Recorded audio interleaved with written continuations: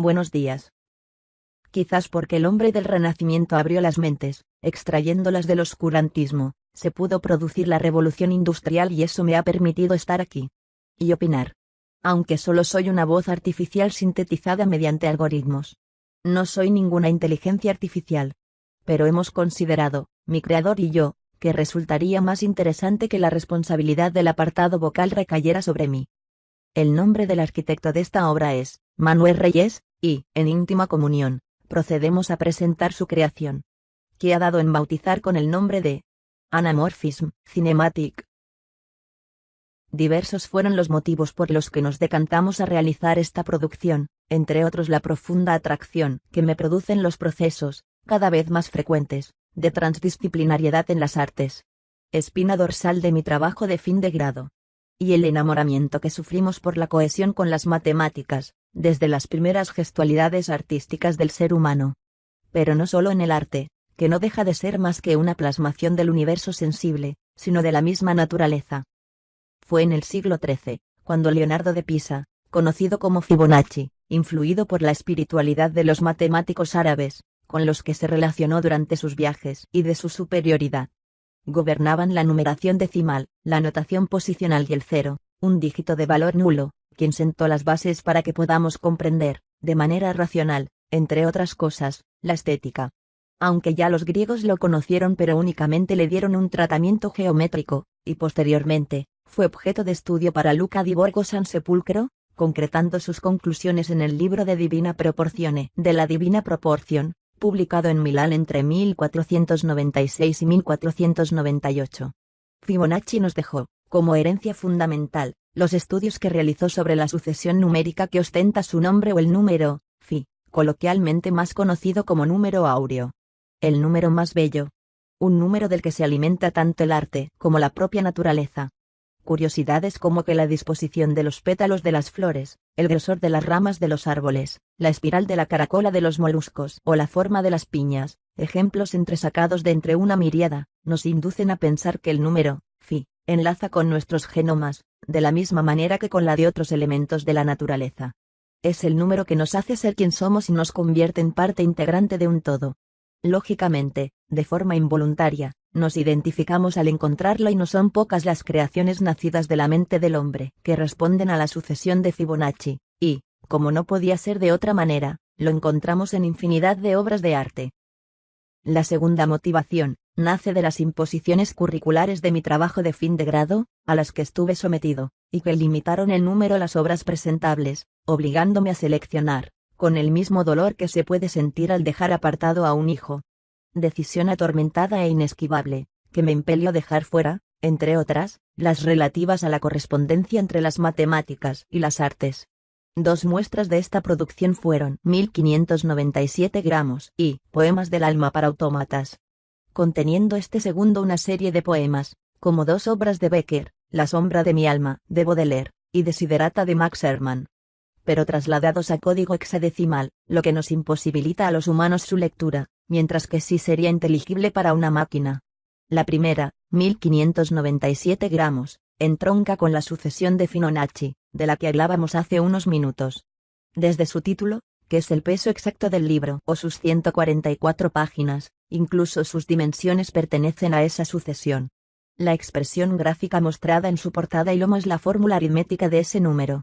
Esta producción que inauguré en la Universidad de Sevilla bajo el lema de Mata Arte, ha paseado por distintas galerías de arte, españolas y europeas, recibiendo buenas críticas y aceptación. Excepto en mi ciudad natal, desgraciadamente, donde se presentó sin pena ni gloria. Inadvertida. Y la tercera, pero no última, fue que nunca realicé una anamorfosis. Y este era un buen momento. El trampantojo, para mí, era una asignatura pendiente. Sería imprescindible comenzar a ampararnos en los albores de la historia. Pero imposible, toda vez que el tiempo hoy no es nuestro amigo y solo disponemos de 10 minutos. Por ello os evito pasear por conceptos que todos conocemos, para centrarnos en el trampantojo o con definición más certera, en la anamorfosis. En la actualidad resulta difícil innovar, por lo que con frecuencia se cae en el plagio o la copia. Nosotros, mi creador pretende la emulación y me obliga a leer lo que la Real Academia de la Lengua Española entiende. Emular. Del latín emulare. imitar las acciones de otro procurando igualarlas e incluso excederlas. Porque ya se utilizaron estas estrategias en la decoración mural de las viviendas acomodadas romanas. Si bien, lo que se consideró ilusionismo arquitectónico pompeyano, dejó de ser usado. Incluso la perspectiva cónica fue obviada por el medievo. Los primitivos flamencos emplearon fórmulas ópticas para desarrollar la representación de la tercera dimensión, mediante el uso de técnicas artesanales, como espejos, y la cámara oscura. Pero fue, a raíz de los estudios desarrollados por Piero della Francesca, cuando la escuela veneciana, a la que pertenecía, comenzó a implantar estas estrategias, siempre como decoración sobre elementos arquitectónicos. Hasta alcanzar el cenit en la sala de la prospectiva, en la Villa Farnesio de Roma, diseñada por Baldassare Peruzzi en 1519. Desde este momento surge un manierismo especialmente explotado por Correggio en la cúpula de Parma o por los frescos de Veronés en la Villa Bárbaro. En la ciudad de Sevilla, estamos muy acostumbrados al trampantojo. Tan perfectamente ejecutado, que, pasándonos desapercibido, nos permite ver, especialmente a los crucificados, en perfecta proporción desde nuestro punto de vista, que está siempre por debajo de los pies de la obra. Para lo que el imaginero procedió a deformar las proporciones de la obra real para producir este efecto. Algo que no es nuevo porque es la estrategia que empleaba Michelangelo Buonarroti, Miguel Ángel, en sus esculturas. Y quien haya tenido la oportunidad de ver su David, en la Academia Uffizi de Florencia, desde distintas alturas, perpendiculares al eje vertical pudo comprobar que su cabeza es desmesuradamente grande con relación al torso, como este lo es con relación a las piernas. Así hace trampa a nuestro ojo, trampantojo, para que lo veamos en sus proporciones correctas.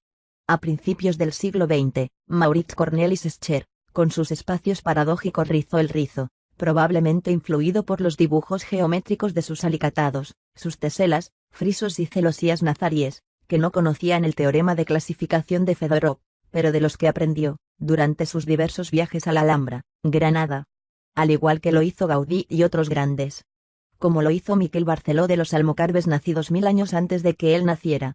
En la actualidad, el trampantojo se ha hecho muy popular con el desarrollo del 3D arte o street painting, movimientos abanderados por Julián Beezer y Kurt Wenner. Pasamos a hablar concretamente de la obra que presentamos. Si se me permite, quiero decir que estoy hablando en plural porque así me lo ha pedido mi creador, y, por ello, me siento todo lo orgullosa que una máquina puede estarlo. Tanto que me ha permitido mostrarme, esta soy yo. Después de este inciso, continuamos con la obra presentada. Anamorphic. Cinematic.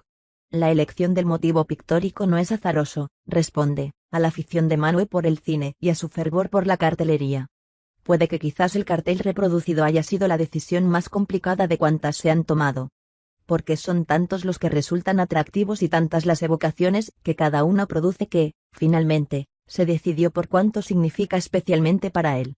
A Clockwork Orange, estrenada en España, 4 años más tarde que en las pantallas de los países libres, en 1975, como La Naranja Mecánica, dirigida por Stanley Kubrick y protagonizada por Malcolm McDowell. Un film basado en la novela de Anthony Burgess y resulta una oda a la ultraviolencia. Un terrible recuerdo de un futuro presente. Hablar de las estrategias desarrolladas para llevar a feliz término este parto, nos obliga a echar mano de la matemática, la óptica y la geometría. Pero antes hemos de comentar sobre lo físicamente empleado. 3 perfiles de aluminio. 3 tablas de DM de muy baja densidad, a los que se les aplicó, mediante spray, una base de pintura acrílica de color blanco, que homogeneizó sus superficies. Y finalmente, acuarela, que gracias a la utilización de un barniz acrílico permitió que se pudiera realizar el trabajo por capas. La planificación comenzó por la realización de los cálculos necesarios para que la planimetría anamórfica fuera la idónea. Una vez trazado convenientemente el engaño óptico, se procedió a colocar las tablas en sus soportes de aluminio y, determinado el punto de vista correcto, se situó una cámara fotográfica enfocando la obra.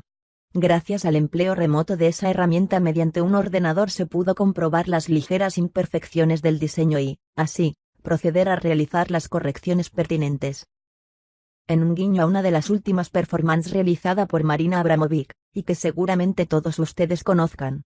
Mi voz sintetizada por una máquina desaparecerá con nuestras últimas palabras, pero el artista está presente. Gracias por darme vida durante 10 minutos y gracias a todos por vuestra atención.